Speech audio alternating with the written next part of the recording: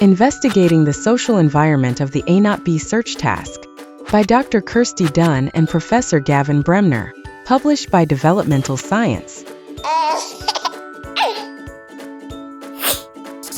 Abstract. The paper explores the influence of social cues on infants' performance in the A-not-B task, a classic test of object permanence. The researchers aim to determine if the direction of the experimenter's gaze could affect infants' search behavior. They found that infants' search performance improved when the experimenter looked at the correct location B during B trials, suggesting that infants use social cues to guide their search behavior. Introduction. This study is original in its approach to examining the role of social cues in the A-not-B task. While previous research has focused on the cognitive aspects of the task, Dunn and Bremner's work highlights the importance of the social environment. By demonstrating that infants use social cues to guide their search behavior, the study challenges traditional interpretations of the A-not-B task as solely a measure of object permanence. Methodology. The researchers tested infants using a modified version of the A-not-B task to investigate the influence of social cues on their search behavior. Based on the sample sizes most commonly reported in previous literature for this task, 48 9-month-old infants were recruited. Setup. Researchers used multiple synchronized video recordings to observe and code infant behavior during the pediatrician A-B search task. They had 3 45-degree viewing angles to capture the infant, caregiver, and experimenter during the task. The infants were seated on their caregiver's lap at a table. The experimenter sat opposite the infant and used 2 identical hiding locations, A and B, on the table. Training phase.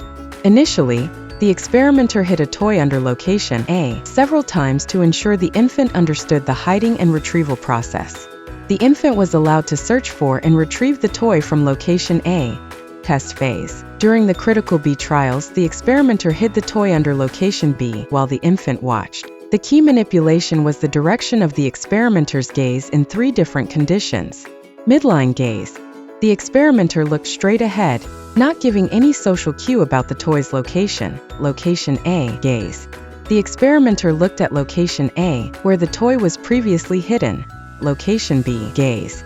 The experimenter looked at location B, where the toy was currently hidden. Measurement. The researchers measured 2 main outcomes: whether the infants searched correctly at location B or incorrectly at location A, specifically whether they showed surprise by looking to the experimenter after they chose a location to search. Findings. Improved search performance. Infants showed significantly better search performance when the experimenter looked at location B during the B trials.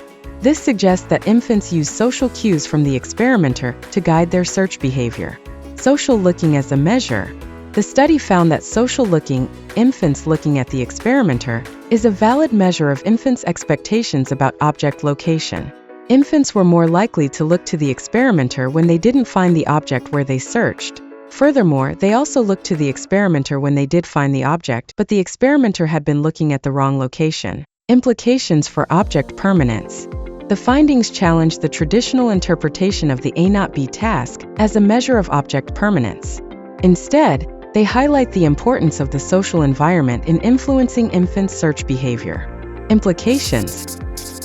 It suggests that social cues play a crucial role in guiding infants' behavior, which has implications for how we interpret their performance in cognitive tasks. This research also highlights the need to consider the social context when designing and interpreting developmental studies. By showing that infants use social information to guide their search behavior, and show surprise when social cues are not helpful, the study provides a more nuanced understanding of the factors influencing cognitive development. The authors caution against relying solely on traditional measures like the A-B search task to draw conclusions about infants' understanding of objects. The behavior in this task is likely the result of a complex process, and a single cause for search errors is unlikely. The dynamic systems theory may be best able to account for the outcome of the multiple measures presented in the study. Thanks for watching this video from ResearchGap. If you learned something, please like and subscribe so we can create more videos. If you're an academic and want a video made, please contact us via the methods below.